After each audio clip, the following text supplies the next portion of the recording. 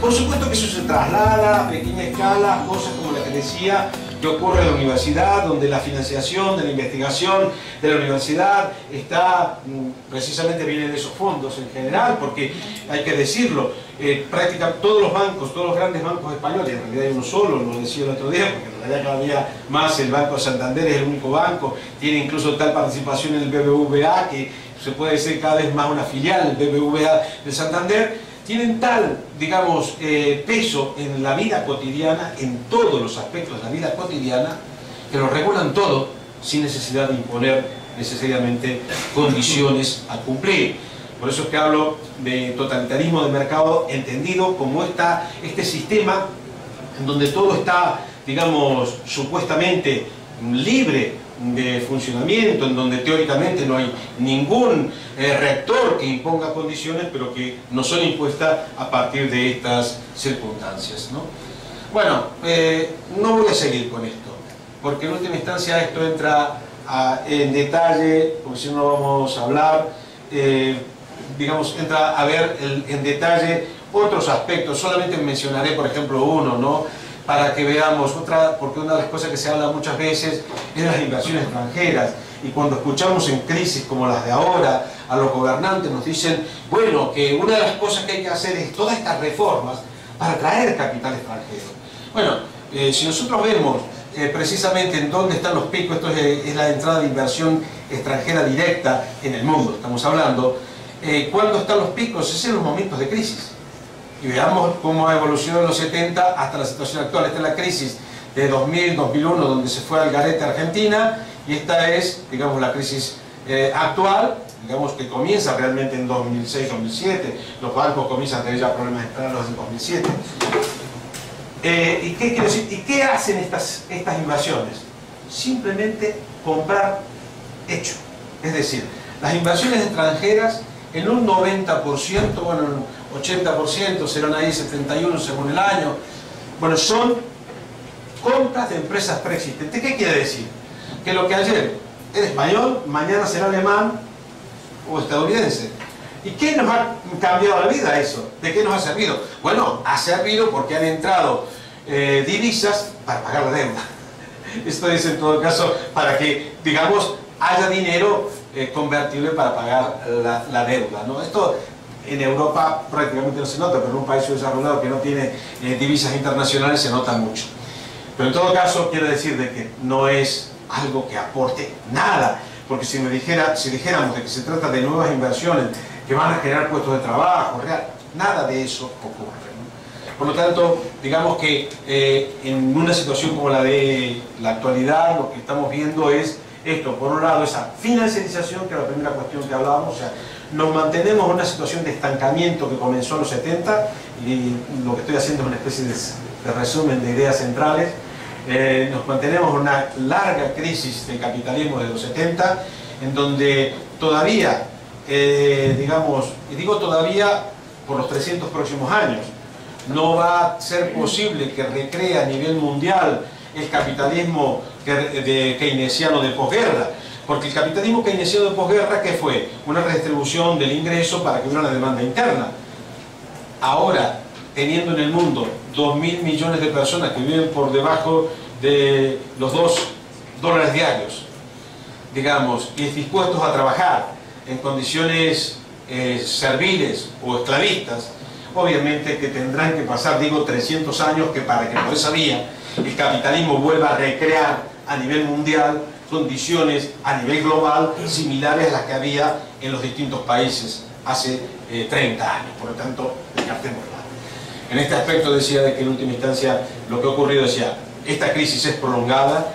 Las distintas crisis que se han producido, que podríamos decir hay una cada 7 u 8 años, en donde siempre al final se manifiestan como una crisis financiera. La primera crisis fue, después de la crisis de los 70, fue la del 82 en México, crisis financiera.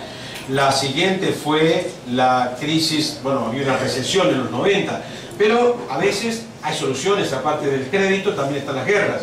La guerra del Golfo permitió recuperar la economía estadounidense y con ello arrastrar al resto del mundo en los 90, creando una burbuja en torno a las empresas vinculadas a las nuevas tecnologías, muy vinculadas a su vez a las industrias armamentísticas, y y por lo tanto en los 90 que tuvimos un auge, una burbuja, igual que la de las hipotecas. La primera burbuja fue la de la deuda. La segunda, la de especular con las acciones de las empresas de nuevas tecnologías.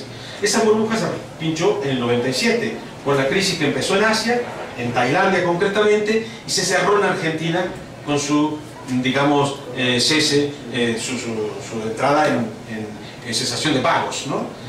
Y la siguiente burbuja fue la hipotecaria, que se pinchó ahora.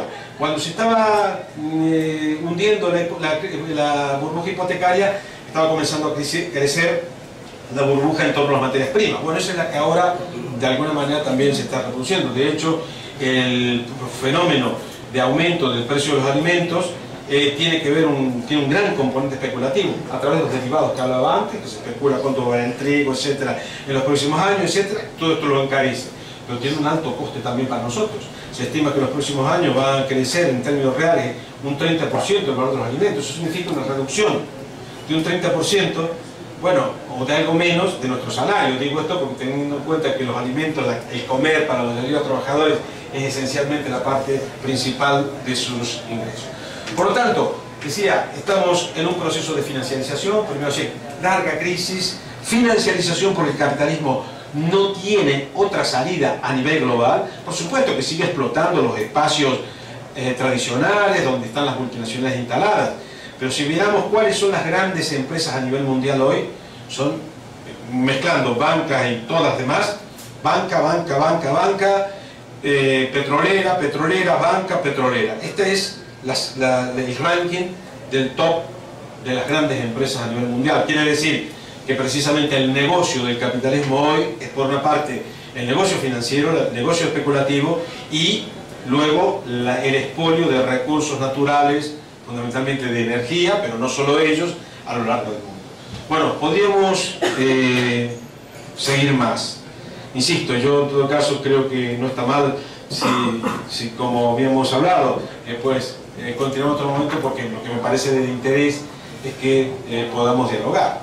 Entonces, si os parece, yo mientras paso rápidamente en unos segundos algunas diapositivas simplemente para los titulares, lo dice: 55% de la inversión la realizan transnacionales de Estados Unidos, Reino Unido, Francia, Alemania y España en ese año que justamente las grandes empresas, empezando por la banca, habían salido con nuestros ahorros a comprar fuera.